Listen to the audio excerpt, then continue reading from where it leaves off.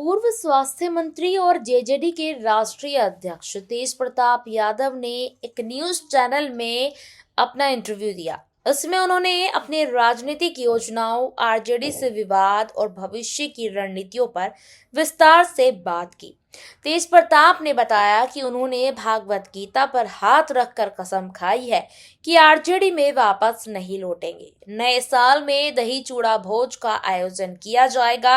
उन्होंने इशारों में कहा कि कृष्ण और धर्म के मार्ग से चलता है वही सियासी सफलता हासिल कर सकता है। साथ ही उन्होंने नए साल में अपने राजनीतिक मंशा भी जाहिर की है। तेज प्रताप ने कहा कि आरजेडी की 2025 विधानसभा चुनाव में मिली हार उनके लिए एक सीख और सबक है। तेजस्वी यादव पर निशाना साधते हुए उन्होंने कहा कि जो कृष्ण के साथ नहीं होता वह दूर चला जाता है।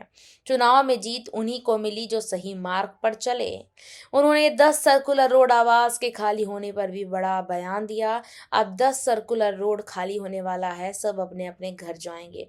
तेज प्रताप ने अपनी पार्टी जनशक्ति जनता दल के विस्तार पर भी चर्चा की।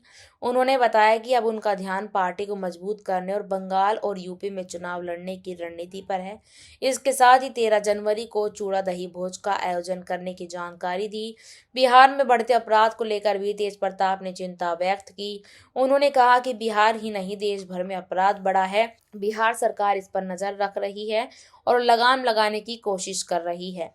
तेज प्रताप यादव ने अपने आरजेडी से अलग होने के कारण भी खुलकर चर्चा की। उन्होंने बताया कि आरजेडी में कई वर्षों तक योगदान देने के बाद कुछ नीतिगत और राजनीतिक मतभेदों के चलते उन्होंने 2020 में अपनी पार्टी बनाई।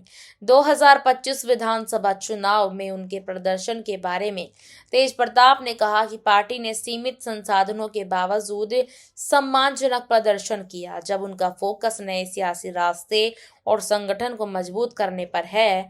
इसी बीच तेज प्रताप ने यहां पर तारीफ करते हुए कहा कि यह प्लेटफॉर्म बेहतर, सच्ची और सटीक यहाँ पर जानकारी देता है। ये जानकारी भी यहाँ पर दी। उन्होंने कुछ सवालों पर जवाब दिया कि राजनीतिक सोच को स्पष्ट किया।